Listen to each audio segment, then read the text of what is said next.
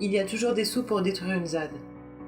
Le 8 avril, la ZAD de la Dune à Bretignolles-sur-Mer en Vendée a été expulsée, en plein confinement. Pratique pour éviter que des soutiens ne viennent pour défendre la zone. Depuis plusieurs mois, cette zone mobilisait de nombreuses personnes contre la destruction d'une plage, havre de biodiversité, une ferme en agriculture biologique et une réserve d'eau douce de 340 000 m3. Tout ça pour construire un port de plaisance.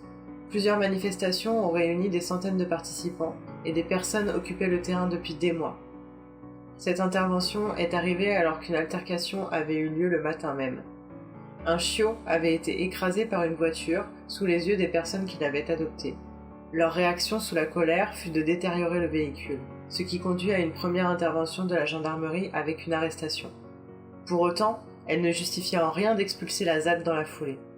D'ailleurs, Véronique Sandal, commandant le groupement de gendarmerie de Vendée, affirme que l'opération de gendarmerie qui a été menée ne serait pas une évacuation planifiée, mais une procédure de vérification d'identité, dans le cadre de la procédure ouverte à la suite de l'altercation.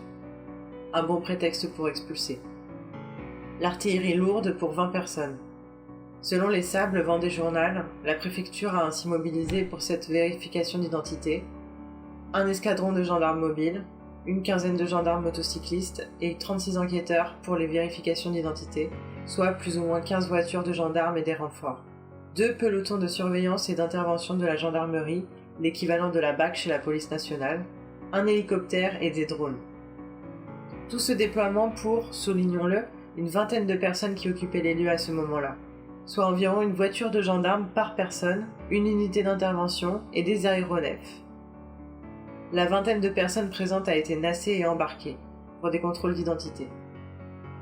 Comme précisé dans le communiqué de la ZAD, elles ont été dispatchées dans des commissariats partout en Vendée, et certaines sont sorties très tard dans des villes qu'elles ne connaissent pas. Elles se sont donc retrouvées à la rue en pleine nuit et loin de tout soutien, à la merci du moindre contrôle et d'une amende puisqu'aucune attestation ne leur a été délivrée.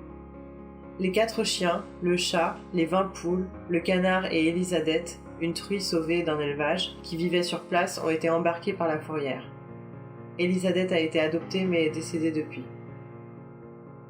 L'État paye donc le prix d'une opération militaire avec l'argent public, en sachant qu'une heure de vol d'un hélicoptère de gendarmerie peut coûter jusqu'à 4 000 €, malgré le manque actuel et cruel de tests, respirateurs et masques de protection pour les personnels soignants et la population.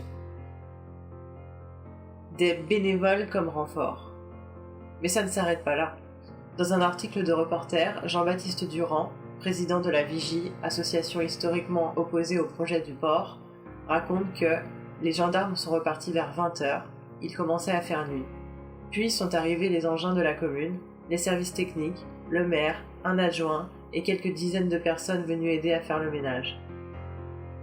Ces bénévoles des environs ont été recrutés par le maire et ont brûlé les cabanes, sans se donner la peine d'enlever au préalable les affaires personnelles qui étaient dedans, ravageant tout ce qui était sur place. Les camions aménagés ont été vandalisés à coups de pieds de biche et les moteurs percés. Les personnes qui vivaient dedans sont donc privées de leur lieu d'habitation et laissées sans abri en plein confinement. Un tel déferlement de violence avec l'usage du feu n'est pas anodin. Martine Lucet, présidente de l'association Demain Bretignolles, souligne dans l'article de Reporter: « Ce qui m'interpelle le plus, c'est que le maire ait appelé 70 personnes civiles en plein confinement.